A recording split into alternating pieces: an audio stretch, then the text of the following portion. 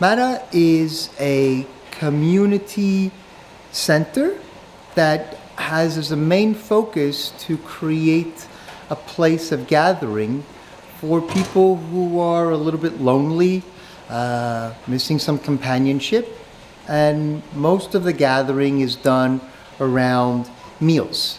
But Mada also delivers food to thousands of people every month. So if people want to join at the Mada Center, they're more than welcome to. If they would rather have food delivered to their house because they're more comfortable in their own home, Mada will take care of that. Questions are never asked. Whatever you need, Mada will ensure that it's brought to you. Mada has been organizing these events for nearly 20 years, but this is the first one in 3 years, for obvious reasons. It is geared to be a welcoming back to what was the classic event that took place 4 times a year, 2 times for the Jewish New Year, Rosh Hashanah, and 2 times for Passover. The first Passover is comprised of 2 principal nights.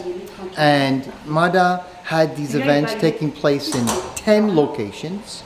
Upwards of 2,500 people were being served throughout those 10 locations, on top of which nearly 10,000 meals, such as you see here, but home meals were delivered to people to their homes.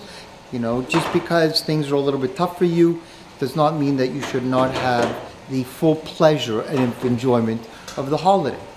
So in this particular location, this has always been the primary location. Generally, there are 500 people. You would have 50 volunteers. It would be buzzing.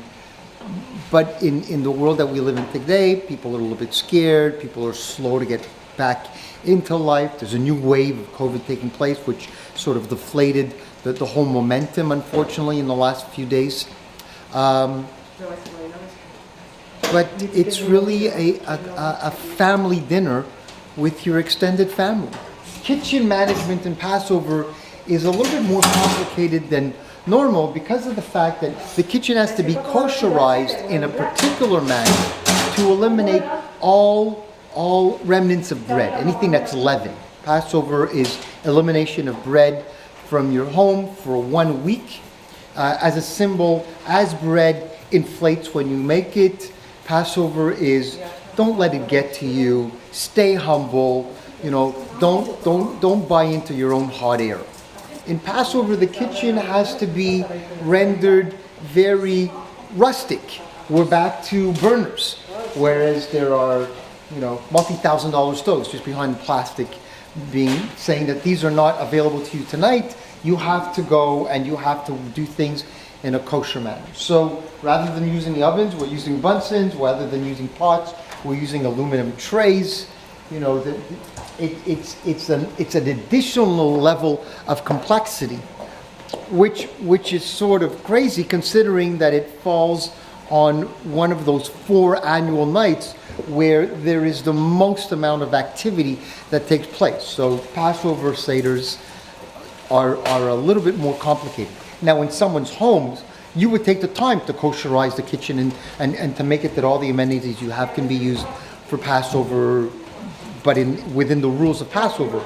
Here, those constraints or the elimination of those constraints is not possible because we can't kosherize the ovens, and this was a functioning kitchen up until yesterday, and now it's adhering to Passover. So you try to work with what you have.